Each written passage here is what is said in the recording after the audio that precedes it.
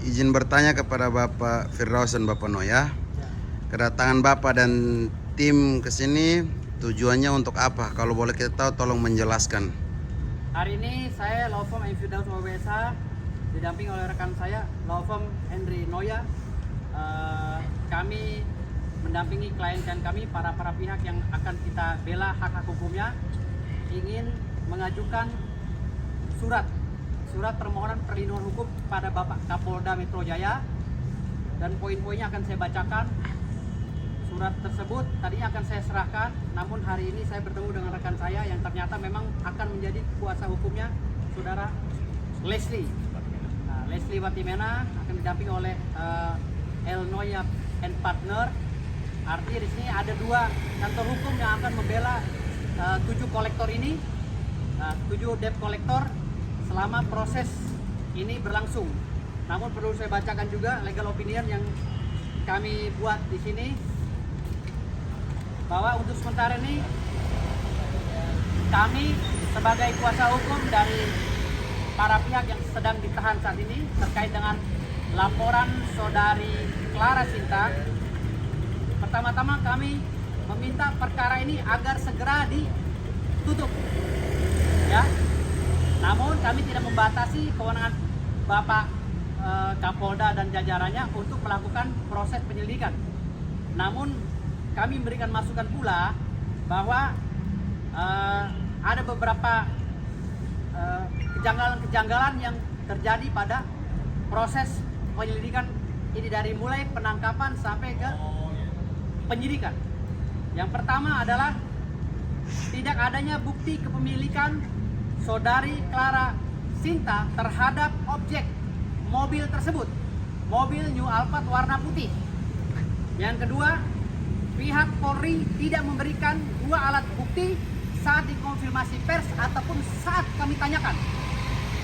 Jadi kami nggak tahu nih alat bukti apa atau barang bukti apa yang mereka majukan untuk menerima laporan si Clara Sinta.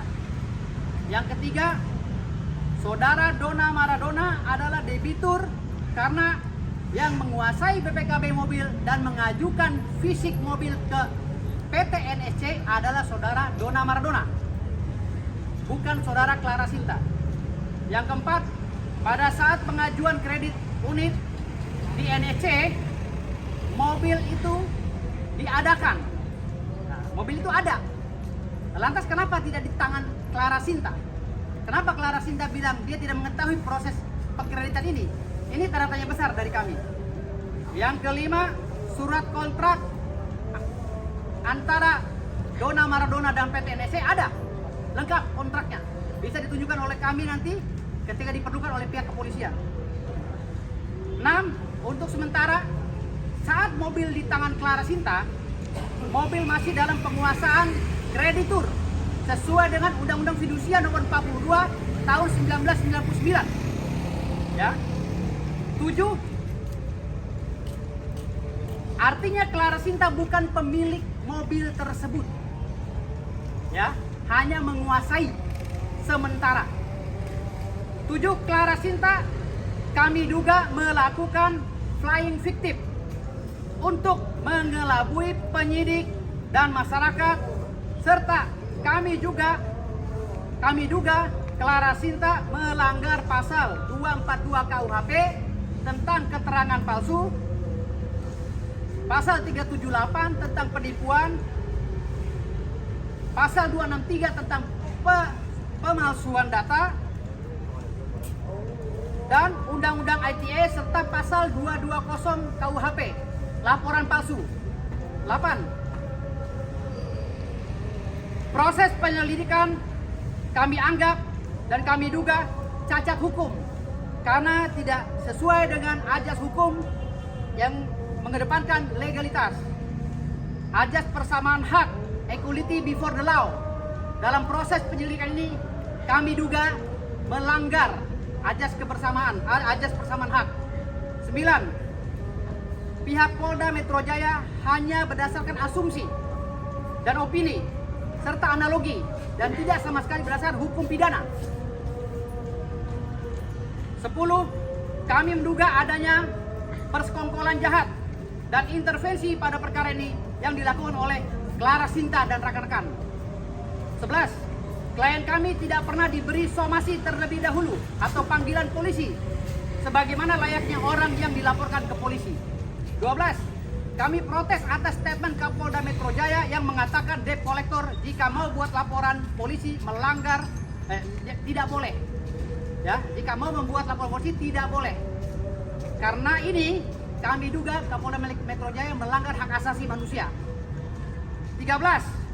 Klien kami tidak pernah menyatakan cacian kepada pihak maupun pihak kepolisian, apalagi aparat yang ada di tempat tersebut. Yang ada hanyalah suara yang bernada tinggi yang mengarahkan Clara Sinta untuk pergi ke kantor NSC menyelesaikan permasalahan tersebut. 14. Klien kami tidak pernah melakukan perampasan karena kunci diserahkan secara sukarela oleh supir dan Clara Sinta. 15. Klien kami tidak pernah berkata untuk membunuh supir, mengancam supir jika tidak memberikan kunci. Dan klien kami juga banyak lagi dalam proses ini telah dituduh melakukan perbuatan sementara buktinya tidak ada. Itulah pemeriksaan dari kami dan silakan lanjutkan ya. Cukup gitu ya. Oke. Itu aja kurang lebihnya. Terima kasih. Inilah isi surat yang akan kami ajukan karena hari ini kami baru bertemu. Dan itu poin-poin kami. Jadi kami tidak terima dan kami minta kepada Kapolda Metro Jaya untuk segera melakukan gelar perkara dan segera memutuskan mau dibawa kemana kasus ini. Karena ini kasus sumir, cacat formil menurut kami. Terima kasih.